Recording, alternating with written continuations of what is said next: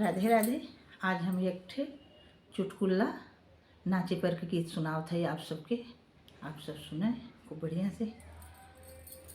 हमरे जोन्हरी कबलिया सुगना चुन के उड़ गना, हमरे जोन्हरी कबलिया सुगना चुन के उड़ गना, सुगना चुन के उड़ गना, सुगना चुन के उड़ गना, हमरे जोन्हरी कबलिया सुगना चुन के उड़ गना।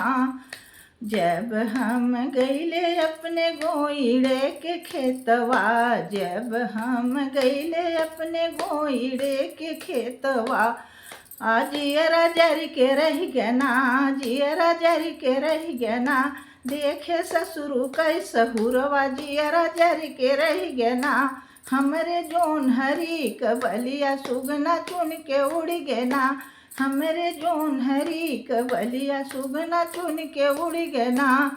जब हम गईले अपने बगिया बगैचा, जब हम गईले अपने बगिया बगैचा, जियरा जर के रह गना, जियरा जर के रह गना, देखे भसुरु कै सहुरवा, जियरा जर के रह गना, हमरे जोन्हरी कबलिया सुगना चुन के उड़ गना।